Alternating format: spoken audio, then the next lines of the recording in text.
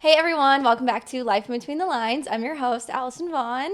Today's episode might be a little shorter, I'm anticipating. I don't actually know, I haven't filmed it yet, but I'm sure you see the time on it. So I'm either telling the truth or lying to you right now. But I just anticipate it being a little shorter based off of the topic of what I'm talking about.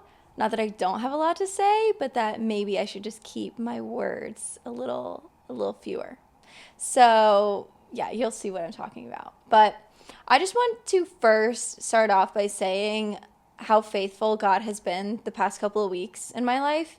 And He's always been faithful. But I feel like or not the past couple of weeks, past couple of months, past couple of years, but really the past couple of months, and the way that I've just let Him show up in my life has been insane. Just where I was when I made my first episode, like where I was and who I was, the situation that I was in, compared to now, it's not completely different, but it's very different to me. I feel very different. My situation is very different. Things have just changed so much, and I was hoping in the Lord for a lot, depending on Him for a lot, and of course, He did not let me down. So I'm sure I will share all the details with you later, some other time. But for now, I just wanted to give God a little glory before we get into this episode. Okay, so just to jump right into it, today we are talking about being quick to listen and slow to speak, and how that correlates to living a more quiet and peaceful life. So I'm sure you have heard before, be quick to listen, slow to speak, and that comes from James 1. So I guess I'll start with reading it. That sounds like a good first step. So starting in James 1, verse 19, understand this, my dear brothers and sisters. You must all be quick to listen, slow to speak, and slow to get angry. Human anger does not produce the righteousness God desires. So get rid of all the filth and evil in your lives and humbly accept the word God has planted in your hearts, for it has the power to save your souls. Really good stuff here in James. But going back to what he said in verse 19, you must all be quick to listen, slow to speak, and slow to get angry. I'm kind of focusing on the listening and speaking aspect, but quick to listen, slow to speak. So I'm curious what comes to your mind when you first hear it. Not that it's like this super complex statement. It's not like we have to search through and decode what it means. It literally just means quick to listen and slow to speak. I think I just always took that as how to interact with humans, just in general. I think we've all heard you have 2 ears and 1 mouth for a reason. So I just kind of thought that this meant maybe still saying everything I want to, but just taking some time to think about it. If I think of being slow to speak, it's I have something to say. Maybe I'm not just going to blurt it out. Maybe I'll wait for the right time to say it. That's kind of how I interpreted it when I just heard of, be quick to listen, slow to speak. But in reading it today, so it says that first part, and I stopped at verse 21. But then in verse 22 it says, but don't just listen to God's word. You must do what it says. Otherwise you are only fooling yourselves. So verse 22 where it says, but don't just listen to God's word, but don't just do that, means in verse 19 when it says you all must be quick to listen, and then it's saying don't just listen to God's word. So this is actually talking about our relationship to God and how we need to approach God and our communication with Him. And yes, it can be applied to how we communicate with others, and it should be applied to it. But this is first and foremost talking about how we communicate with the Lord. So I thought that was very interesting. So that's how I'm framing the whole topic today and how I'm moving forward, that this is more about your relationship with God and interacting and communicating with Him rather than in your life with other humans being quick to listen and slow to speak. I'm going to say it backwards once, I know it. So I just want to dive into it a little more, just from the mindset of taking that and applying it to our relationship with God. Okay, so focusing on the first part of being quick to listen and applying that to our relationship with God, how can we effectively be a quick listener to the voice of God? So one, we had to know what the voice of God sounds like. We have to be able to determine what is God's voice and what is just noise and distraction. So being able to tune in and spending intentional time listening for His voice and creating those pockets in our day to even hear from Him which can either be being intentional in making sure you're listening in your pockets of time, or being intentional in creating pockets of time where you can hear him throughout your day. If you just feel super busy and you feel like, I can't hear from God, I just go from one thing to the next, maybe try to be intentional about creating these little pockets of time. One tip that I heard, I used to do this really well, I totally forgot about it, but it was like no phones in the bathroom rule. Like, I just don't need that 30 seconds of like trying to find something to scroll. And I remember my prayer life was pretty good when I was doing it in college. I was like, no phone bathroom time. And just those little pockets of time where you just like throw up a quick prayer or just like hear the voice of God speak to you. If you give him the opportunity, he will speak. But even just being quick to listen in general is being eager to listen to him, going to him, and initiating a conversation, and initiating it from a listening perspective. So just coming to him and saying, God, what do you want to tell me today? What do I need to hear today? So when a situation arises, instead of being quick to text your mom or your best friend and asking for advice, oh my gosh, what should I do? This opportunity came up, I need help. Or if you're complaining, something bad happens and you just like, that first person that you text, go to God in prayer. Be quick to listen. What should I do? So I think just overall being quick to listen, I think it's a really humble posture, because you're telling God, I don't know what to do here. I'm going to you for advice. And we need him to guide every area of our lives. We need the Holy Spirit's guidance for any and all decisions, for everything that we do. As much as we love talking and probably holding the talking stick more in prayer than God, we need to do our part in listening, because after all, he is way above us. He is way smarter, way higher, way mightier and greater, that we should want to be listening way more than we should be talking. I also think of just not being so quick to oppose God in a time of suffering or difficulty. So not quickly jumping to oppose him or to question him, but when this thing arises, just being quick to listen and asking him, what are you trying to teach me through this? What does this show me about you? If you're feeling betrayed by God, or you're feeling like he's not acting in his character, be quick to listen instead of speaking, instead of saying, God, why are you doing this? God, why aren't you here for me? All these things. Just say, God, what are you trying to teach me? Correct any lies that I must be telling myself about you. Instead of being quick to jump to your own conclusions, kind of sitting with God and listening for him to give you the right conclusion. Or maybe not even a conclusion, but just the next step in what you're supposed to do. So with being slow to speak, I think the slowness in our speech also correlates to how much we trust God to speak for us, or to speak when we have nothing to say. Allowing him, even just sitting in his presence and not saying anything, just clearing out our mind and just letting our mind rest, letting God give us rest. When we go to him in our quiet time, we don't always need to start with this laundry list of things. Sometimes he just wants to sit with you.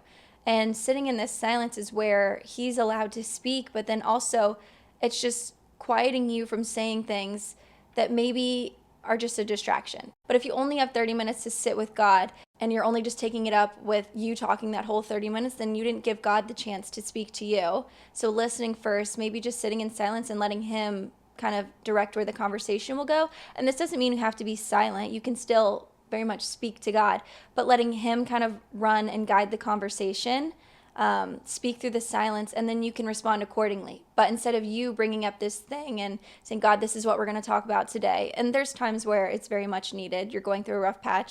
But majority of the time, we just kind of start babbling off to God and we start rambling. Let God dictate the conversation and where it goes, and then speak as a response. Okay, also, this is really interesting because this just came up. But this is something God has been teaching me. Honestly, I wouldn't say I've been like learning it well, but something God has just been speaking to me like repeatedly. I find so many times throughout my day, I am just rushing for no reason. Like absolutely no reason. I am just in like the biggest rush of my life. I stress out about time so much. So I know it comes from like just time anxiety. I think I just also maybe have poor time management. So I'm like, if I don't hurry, then the time's just going to slip away. It's like, no, just get off your phone. I'm the type of girl, like if you have an appointment at 4 p.m., I'm like sitting at noon being like, I can't do anything. That's me. So I've just been in this like continual state of rush. the past couple of months, and I don't know why, because I have more free time than I've ever had. Ugh, that's so the devil. It went on. I was just rush, rush, rush, rush, rush, and then made breakfast like so fast, and then I finally sit down. I'm about to like start scarfing it down, and God always reminds me, because I didn't grow up like praying over my food, and so that's one thing that I still like forget to do sometimes, especially if I'm really hungry. And God was just like so soft and gentle. It wasn't harsh, but I heard him say, "Slow down with me." I was like, "Oh, I'm not in a rush. Why am I in a rush?" And every time I eat without praying, I hear God say, "Slow down with me." And I'm like, "Oh my gosh, you're right." Like, eat this meal intentionally. Sit with God. Listen to his voice. Slow down. Just slow down in general. I don't need to be living this fast-paced life for no reason. I can still get everything done and have a better experience doing it if I don't create this like false sense of hurriness. Anyways, that's what came to my mind when I said slow to speak, because God's not in a hurry. So why am I? He is not in a rush to get things done. He is not telling me that I need to hurry up. He never tells me that I'm behind. He can make up lost time like it's nothing. God is not in a hurry. I'm the one in a hurry. And God has to continuously remind me to slow down with him, that I don't need to be hurrying from this thing to this thing to this thing. It's just distraction. It's just noise. It's just creating chaos in my life that I don't need. So, in the same way that I want to apply just like a slowness to life and getting things done, and this doesn't mean being a sloth, but just kind of operating with more peace and doing things out of intention rather than hurry. And it's similar with our speech to God, being slow to speak. So it doesn't mean not speaking. God isn't asking you to zip your mouth and never approach him, but just being slow and being intentional. Just, I kind of correlate slowness to intentionality, because when you slow down, you inevitably become more intentional. You're thinking about what you're doing. You're thinking about what you're saying. You're letting God guide you. When we're in a hurry and we're in a constant state of distraction, just filled with noise, it's hard for us to drown out all of that and to really tune into the voice of God. Even if we're hurrying and getting our Bible time in, we're just kind of rushing and getting it done and just reading the text instead of hearing from the Spirit of God. So in that same way, I just think a slowness to speak reminds us to have more of an intentional conversation with God, and not just babbling to him and not just bringing our agenda to him, but being quick to listen and then thinking about our speech and saying things that are productive and encouraging and that build up ourselves and this world and the body of Christ. In concluding my thoughts of being quick to listen and slow to speak, I'm going to try to be more intentional with things that I say and not just like rambling on and running on. This is why I kind of wanted to make it shorter, and why I feel like it makes sense for it to be shorter is actually in Ecclesiastes, or I kind of remember it. So I'll just pull it up. Okay, in Ecclesiastes 5:2, it says, "After all, God is in heaven and you are here on earth, so let your words be few." If that does not support James in saying, be quick to listen and slow to speak to God, I don't know what does. And then later in chapter 5, verse 6, just like a few verses down in Ecclesiastes, it says, don't let your mouth make you sin. And obviously, when we get talking too much and stop being intentional with our speech, that's when our mouth makes us sin. I just want to try to be more intentional and kind of maybe lower the amount of words I use daily. I just think reducing that could be good. Because not everything I say is helpful or beneficial. And, okay, well, now I feel like I need to pull up that. In Ephesians 4:29, it says, don't use foul or abusive language. Let everything you say be good and helpful, so that your words will be an encouragement to those who hear them. So being slow to speak is also just reflecting on, is this good and helpful? Will this be an encouragement to those who hear them? If not, maybe it doesn't need to be said. Okay, now moving on.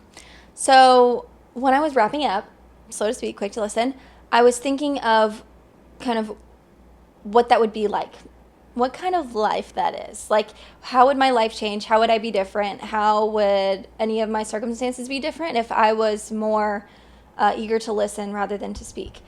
And I just kind of thought, like, immediately what came to my mind is a quiet life. Just a quiet, simple, more at ease, peaceful life.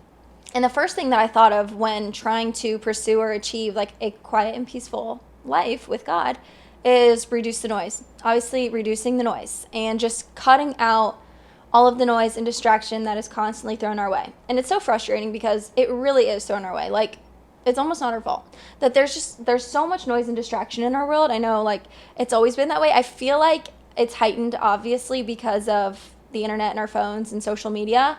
That's just something that no generation has ever had before us, and it just creates so much more noise and chaos and opinions and knowledge. Like, we know too much, we see too much. I just think reducing the noise, whatever that is for you, can be so beneficial, and we should try to do that at least. Because for me, I know for me, God really reminded me of this past week. We've known this forever, like since we've kind of grown up with phones and social media. For me, at least, there is a direct correlation to my quality of life and my screen time. So last week, granted, I was on vacation, but last week, my screen time was an hour and a half. I thought that was pretty good. And quality of life, amazing. Yes, I know, like, it wasn't just like a normal week. It was like a little vacay week, but still, quality of life up. Not necessarily my circumstances. Obviously, I loved, like, trading the Chicago snow for the Florida sun, but just like my inner being, quality of life, way better. I can tell you those weeks where I'm averaging about 7.5 hours on my phone, like, worst weeks of my life, like, filled with anxiety. Just like I'm not feeling inner peace and happiness.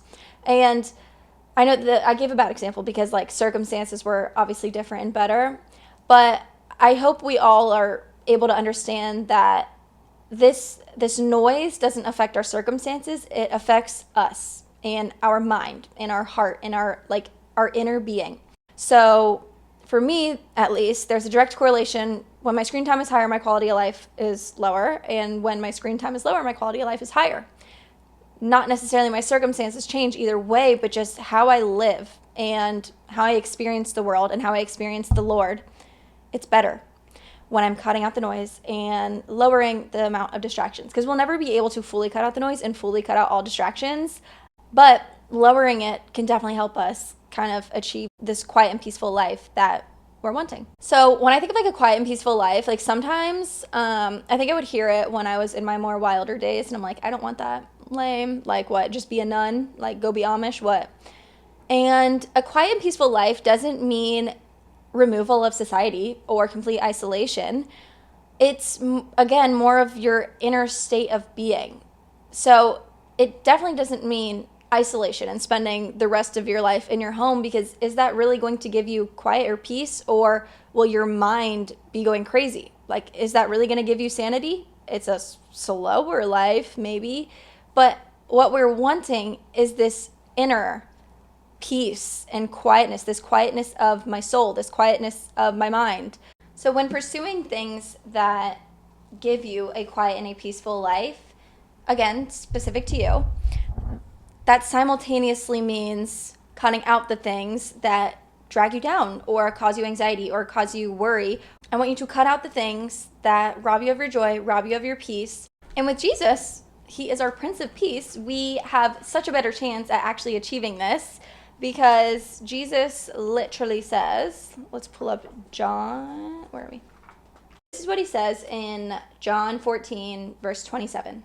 I am leaving you with a gift, peace of mind and heart. And the peace I give is a gift that the world cannot give. So don't be troubled or afraid. Remember what I have told you. I am going away, but I will come back to you again. If you really love me, you'll be happy that I am going to the Father who is greater than I am. I have told you these things before they happen, so that when they happen, you will believe. Jesus himself says that he gave us the gift of peace of mind and heart. So I really wanted to go over this verse and bring it up because, as I was saying, this isn't a circumstantial peace, because when you think of like a peaceful and quiet life, you can think of someone just like sitting in their room all day, like it's objectively peaceful. But if they are dealing with tormenting thoughts and negative thoughts, then they're not going to have any peace, even though they have the most still life ever. So Jesus is not promising you lack of trials or that everything will go smoothly. And we know that that's not going to happen either. So we're kind of fooling ourselves if we're thinking that now that I'm friends with Jesus, I'm just going to have this perfect life. Even if we have a perfect life, there's people who have our dream lives who are mentally deteriorating. It doesn't matter what you have. Everything becomes the new normal once you have it. And if we don't have peace of mind and peace of heart that we can get through Jesus, it doesn't matter what our circumstances look like, because that's really what we want. We can kind of lie sometimes and say that we just need our circumstances to turn out better, and if God would just fix that and give us this and that, then I'll be okay. But it's not true. We fix that and then we just find the next thing to obsess over and want to fix. What we really need is peace of mind and heart. So if you feel like you haven't been able to access this peace of your mind and your heart that Jesus offers, I think for the next week you should start taking note of things that cause you that anxiety. So if you feel like you're living in a state of being that is contrary to what Jesus says he can give, I want you to kind of start taking note of when you're feeling like that, when those thoughts come in, when you feel a moment of anxiety or panic, or like what you're thinking of, what you're meditating on that's making you feel this type of way other than peace. And obviously there's going to be some things that are out of our control that happen to us that we have no control over, that cause you a moment of grief or worry or fear or anxiety. And I think if we start just kind of like tuning into when we're feeling like this, we can realize how much is in our control, which is a good thing. That doesn't mean that you're ruining your life. It's a good thing because it means you have the power to change it. And now that you're aware of it, you're able to swap worry out with peace. And the really cool thing about Jesus promising us a peace that is not tangible or circumstantial, it means we have access to it all the time. So if this is a peace that he gives my mind and my heart, that means no matter what I'm going through, I have access to it, which is amazing. Because if I could only have his peace while things were going good, then when I need it the most, I don't have it. But through the trials, through the suffering, through the diagnosis, through all of the troubles of life, God offers us the gift of peace of mind and heart. So amazing news, you have access right now and always to this peace of mind and heart that Jesus offers. So I do just want to touch on again that it's different for everyone. It is so different for everyone. Like for one person, what gives them a peaceful life, peace of mind and heart and stillness in their soul is quietness. 100 acres on a farm, not a neighbor in sight, not another peep other than the birds chirping, and you hear the sound of the animals, and you got your chickens, and you wake up to the sun rising through the window of your bedroom. You walk outside on your swinging chair on your wraparound porch, drinking your morning coffee. Like, that is a peaceful and quiet life. Peace of mind, peace of heart. But some people may be like, that sounds like the most boring and tormenting thing ever. They would not find peace in that.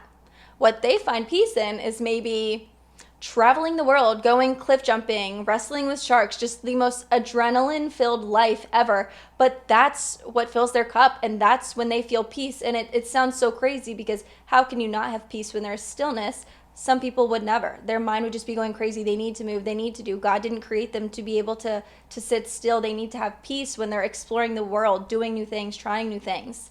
And then for some people, they couldn't even imagine having peace when you're running off doing all these crazy things, when your adrenaline is through the roof. But God has created us all different and all unique, and there's things that are peaceful to you.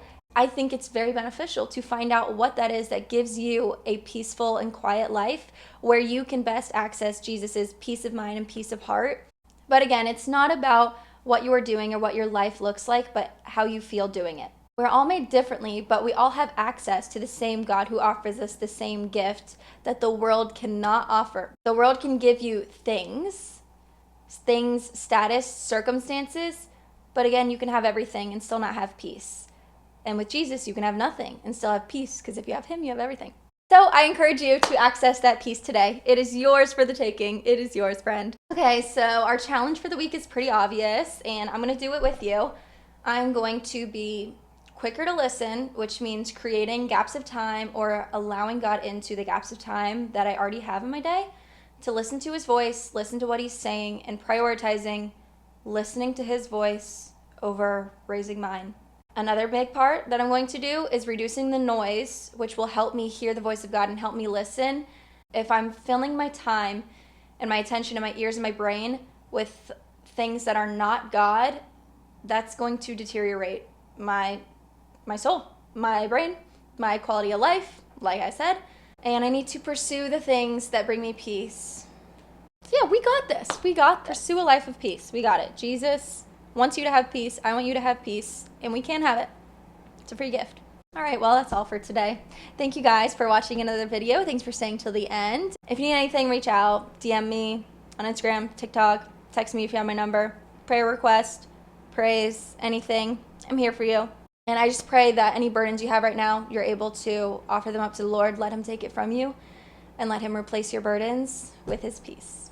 All right, love you guys. Bye.